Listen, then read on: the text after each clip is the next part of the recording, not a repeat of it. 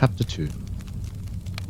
Maestro Cherry gives the piece of wood to his friend Geppetto, who takes it to make himself a marionette that will dance, fence, and turn somersaults. In that very instant, a loud knock sounded on the door. "Come in," said the carpenter, not having an atom of strength left with which to stand up. At the words, the door opened, and a dapper little old man came in. His name was Geppetto, but to the boys of the neighborhood, he was Polendina, on account of the wig he always wore, which was just the color of yellow corn.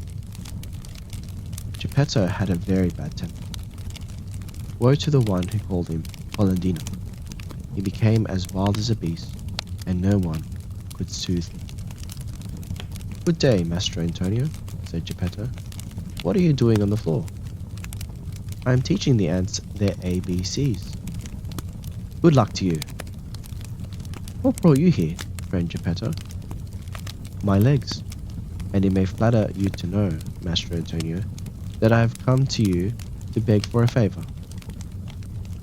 "Here I am at your service," answered the carpenter, raising himself onto his knees. "This morning a fine idea came to me. Let's hear it." "I thought of making myself a beautiful wooden marionette. It must be wonderful, one that will be able to dance, fence, and turn somersaults.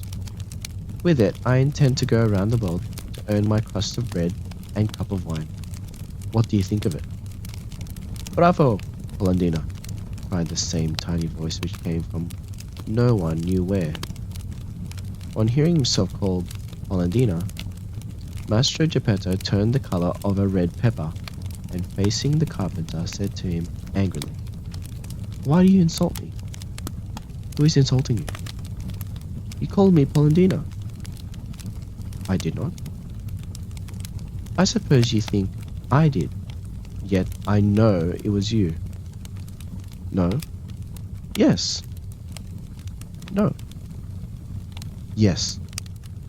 And growing angrier each moment, they went from words to blows, and finally began to scratch and bite and slap each other.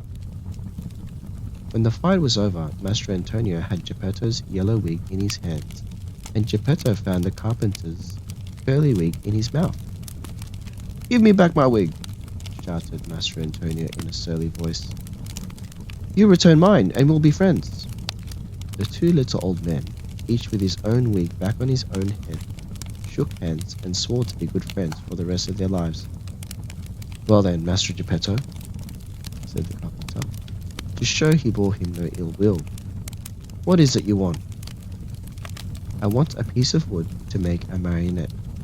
Will you give it to me?" Maestro Antonio, very glad indeed, went immediately to his bench to get the piece of wood which had frightened him so much, but as he was about to give it to his friend, with a violent jerk it slipped out of his hands and hit against poor Geppetto's thin legs. "Ah, is this the gentle way, Maestro Antonio, in which you make your gifts? You have made me almost lame." "I swear to you, I did not do it." "It was I, of course." "It's the fault of this piece of wood." "Oh, you're right, but remember, you were the one to throw it at my legs." "I did not throw it." "Liar!" "Geppetto, do not insult me, or I shall call you Polendina." "Idiot!" "Polendina!" "Donkey!" "Polendina!" "Ugly monkey!" "Polendina!"